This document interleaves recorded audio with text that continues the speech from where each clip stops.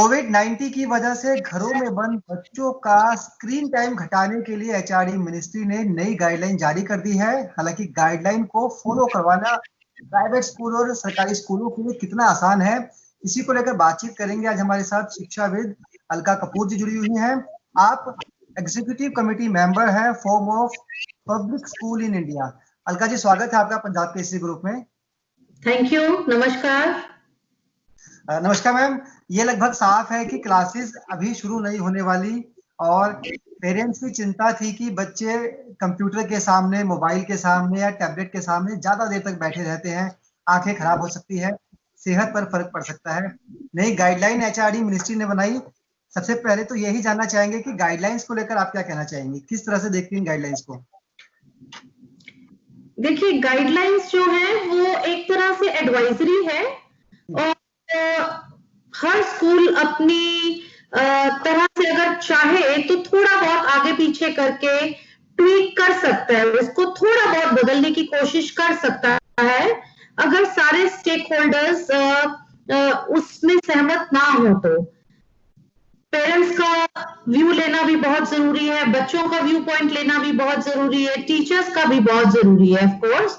तो ये जो गाइडलाइंस दी है कि आधा घंटा प्री प्राइमरी को मिलना चाहिए, 1.5 घंटा फर्स्ट टू 8th को मिलना चाहिए, 3-3.5 घंटा हम लोग मैक्सिमम 9th to 12th को दे सकते हैं।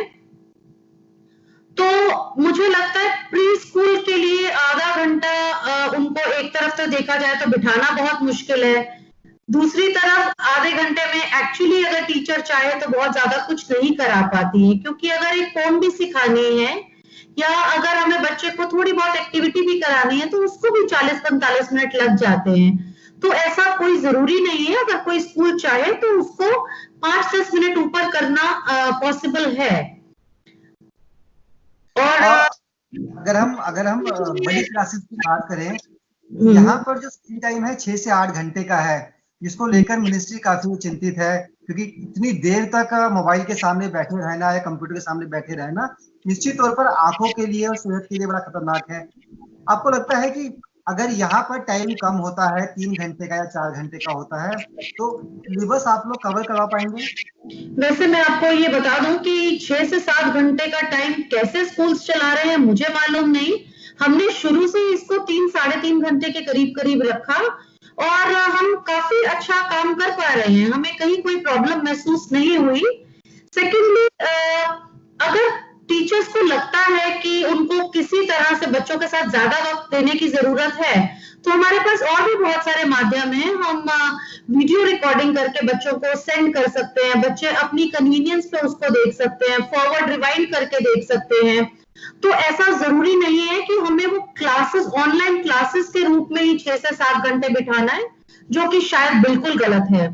दूसरा, 3-3.5 घंटे की क्लास में भी मेरी अपने टीचर्स को यही सजेशन रहती है कि आप हर आधे पौने घंटे के बाद, एक क्लास के बाद आई एक्सरसाइजेस कराइए बच्चों को, ताकि बच्चों की थोड़ी आईज में स्ट्रेंथ आए और बच्चों को एक हल्का सा ब्रेक भी मिल सके। तो कंप्यूटर से आंखें हटा के आई एक्सरसाइजेस कराना बहुत जरूरी है, वो भी 3-3.5 घंटे अगर हम बच्चों को पढ़ा रहे हैं टोटल। तो 6-7 घंटे तो I think it's not right.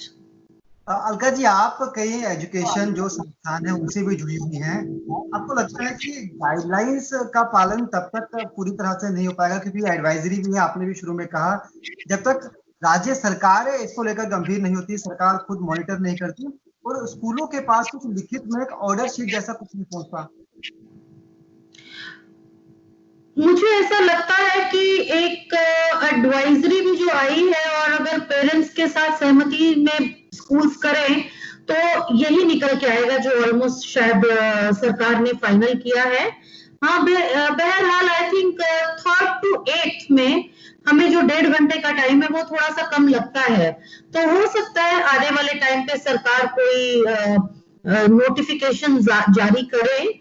But आज जैसे आपने शुरू में कहा कि अभी स्कूल खुलते हुए नहीं दिख रहे, तो आज का आई थिंक टीवी में है कि गृह मंत्रालय ने स्कूल खोलने का फैसला कर लिया है।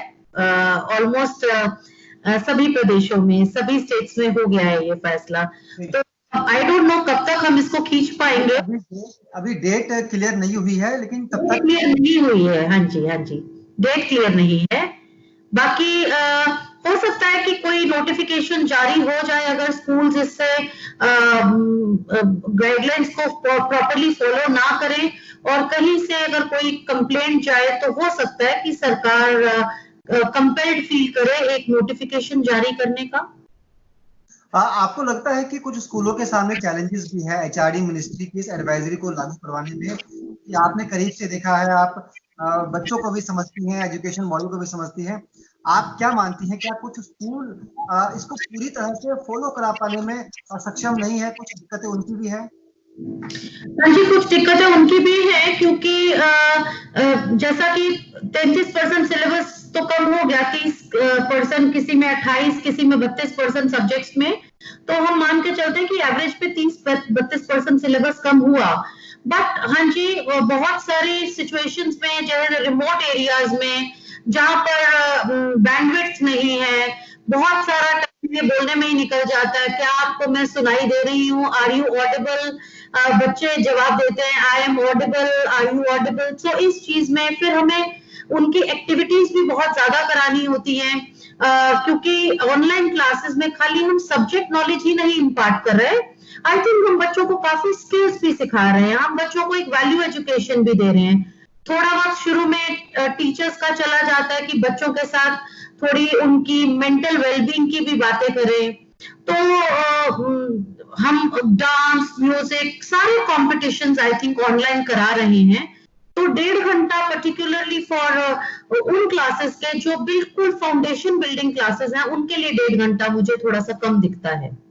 लेकिन पेरेंट्स की शिकायत रहती है कि बच्चे क्लासेस के बहाने फोन पर या टैब पे चिपके रहते हैं। एक बड़ी चिंता की बात ये भी है, क्योंकि अभी तक जो स्टूडेंट्स हैं वो कभी इस तरह से फोन के बिल्कुल कह सकते हैं कि उनको हैबिट सी अब होने लगी है बच्चों को। देखिए, बच्चे फोन के साथ पहले भी एडिक्टेड थे, अभी भी अगर हम 1.5 घंटे की क्लासेस उनकी करवा रहे हैं तो इसका ये मतलब नहीं कि वो अपनी एंटरटेनमेंट के लिए और गेम्स खेलने के लिए फोन पे नहीं जाएंगे। बच्चों का फिर भी 5-6 घंटा फोन पे जाता है, जिसको शायद पेरेंट्स तो थोड़ा बहुत ऑब्जेक्ट करते हैं, मगर बच्चे बिल्कुल ऑब्जेक्ट नहीं करते। पेरेंट्स का ये कहना कि क्लासेस के बहाने बच्चा ज्यादा फोन पे रह रहा है, तो उसमें पेरेंट की अपनी सुपरविजन हो सकती है। पेरेंट्स अगर मॉनिटर करें आसपास बच्चे के घूमे और देखें कि बच्चा क्लास ही सिर्फ अटेंड कर रहा है और अपने फोन पे गेम्स नहीं खेल रहा, तो पेरेंट्स की अटेंडेंस तो उसमें जरूरी है, पार्टिसिपेशन उसमें जरूरी है। बाकी अगर हम ये सोचें कि 1.5 घंटे की क्लास के बाद अगर बच्चे एंटरटेनमेंट के लिए, अपनी गेम्स खेलने के लिए नहीं जा रहे हैं फोन पे, तो हमारा सोचना ये गलत है। आप कहना ही चाहती हैं कि मजबूरी है, क्योंकि कोविड की वजह से कोई दूसरा साधन नहीं है पढ़ाई का, हाँ जी, माध्यम है, हाँ जी, इसको भी सुपरविजन करना चाहिए अपने बच्चों के लिए। अलका जी, एक सवाल ये है कि कुछ पेरेंट्स की शिकायत है कि स्कूल क्वालिटी एजुकेशन के नाम पे दूसरे प्राइवेट स्कूलों से कंपटीशन करते हुए जो स्क्रीन टाइम है उनको बढ़ाने की कोशिश करते हैं, पढ़ाई का बोझ बच्चों पे लादने की कोशिश करते हैं। क्या एचआरडी मिनिस्ट्री की जो गाइडलाइन है या जो एडवाइजरी है इसको इसी से जोड़कर देखा जाए? कुछ प्राइवेट स्कूल सिर्फ अपना नाम बनाए रखने के लिए, लेकिन उनको लगता है कि अगर हमारा बच्चा, हमारे स्कूल का बच्चा रिजल्ट में पीछे रह गया तो स्कूल का नाम खराब हो जाएगा। देखिए, मुझे लगता है सबको अपनी सोच बदलनी होगी, क्योंकि जब भी कोई काम कोई कर रहा होता है, एक गिवर होता है और एक टेकर होता है, तो दोनों का उसमें इक्वल बेनिफिट होता है, आई थिंक सो। गिवर के एंड पे तो फिर भी थोड़ी कठिनाइयां हो सकती हैं, टेकर के एंड पे क्या होनी चाहिए, मेरी सोच ये कहती है कि पेरेंट्स थोड़ा सा नाजायज इस मामले में सोचते हैं। जब बाहर शॉपिंग करने जाते हैं और अगर बोलते हैं कि मुझे 2 मीटर कपड़ा खरीदना है, तो हमेशा उसको बोलेंगे कि थोड़ा सा फालतू काटिएगा। अगर सब्जी खरीदना चाहता है तो उसको बोलते हैं कि थोड़ा सा फालतू तोलिएगा। बट जहां एजुकेशन की बात आती है और स्कूल कुछ देना चाहे, तो पेरेंट्स को ऑब्जेक्शन आती है। हमें पेरेंट्स को ये समझाना है और पेरेंट्स को अपने तौर पे भी समझ आ जानी चाहिए कि एजुकेशन के साथ कॉम्प्रोमाइज नहीं होना चाहिए, और उसको हम एक टाइम या पैसे का एक्सपेंडिचर ना समझे, उसको हम इन्वेस्टमेंट समझे, because good learning will finally and up in good earning. Earning of reputation, earning of quality life, earning of money, कुछ भी कह लीजिए। आई थिंक कहीं ना कहीं आपकी क्वालिटी ऑफ लाइफ आपकी लर्निंग और एजुकेशन के साथ कनेक्टेड होती है। सवाल ये भी है ना कि जो क्लासेस ऑनलाइन चल रही है इसको मॉनिटर कोई नहीं कर रहा, कम से कम गवर्नमेंट किसी तरह से मॉनिटर नहीं कर पा रही। आप लोगों ने अपने हिसाब से टाइम शेड्यूल से तय किया हुआ है, पढ़ाई के घंटे भी स्कूलों ने अपने हिसाब से तय किए हुए हैं, तो स्कूलों की भी कुछ ना कुछ जिम्मेदारी है कि बच्चों पर ज्यादा बोझ ना पड़े, इसके लिए स्कूल भी कुछ कदम उठाए। मुकेश जी, मॉनिटर तो पहले क्लासरूम में भी कोई नहीं कर रहा था। पेडागोजी और करिकुलम डेवलपमेंट ये टीचर्स का और प्रिंसिपल का ही रोल है, इसमें मैनेजमेंट ऑफ द स्कूल भी इंटरफेयर नहीं कर सकती। सो प्रिंसिपल का और टीचर्स का हमेशा यही एक एंडेवर रहता है, कोशिश रहती है कि हम अपने बच्चों को ना जरूरत से ज्यादा दें और ना जरूरत से कम दें। पेरेंट्स को कहीं ना कहीं टीचर्स के और स्कूल के ऊपर थोड़ा फेथ करना पड़ेगा, because teachers and principals are trained for it कि हमारा करिकुलम एनसीईआरटी ने और सीबीएसई ने कितना हमें करिकुलम दिया हुआ है कवर करने को, हमें वो कवर करना होगा। पेरेंट्स को जो चीजें कई बार वेस्ट लगती हैं वो इतनी वेस्ट नहीं होती, वो प्रोडक्टिव होती हैं। आज अगर हम बच्चे को आर्ट एंड क्राफ्ट करा रहे हैं तो पेरेंट को लगेगा कि ये टाइम वेस्ट है, जबकि no, it is a very very fine skill, क्योंकि उसका इम्पैक्ट उस बच्चे की क्रिएटिविटी पे बहुत आता है। और फाइनली बच्चा बहुत सारी चीजों में क्रिएटिव होके, क्रिटिकल थिंकिंग के साथ, पॉजिटिव थिंकिंग के साथ इनोवेट करने की कोशिश करता है। तो कोई भी चीज पढ़ाई में वेस्ट नहीं जाती। हाँ, मैं तो ये कहूंगी कि अगर बच्चे वैसे भी बाहर भी गेम्स खेलते हो तो उन गेम्स का भी फायदा होता है। Of course screen time does effect, but schools ऐसा कुछ नहीं करा रहे हैं जिसपे गवर्नमेंट की मॉनिटरिंग की जरूरत है, और गवर्नमेंट उसमें इंटरफेयर भी नहीं कर सकती, बिकॉज स्कूल सब कुछ according to the curriculum designed ही इम्पार्ट कर रहे हैं। चलिए, आपने तमाम जानकारी दी, बताया कि एडवाइजरी को लेकर स्कूल क्या कुछ कर रहे हैं।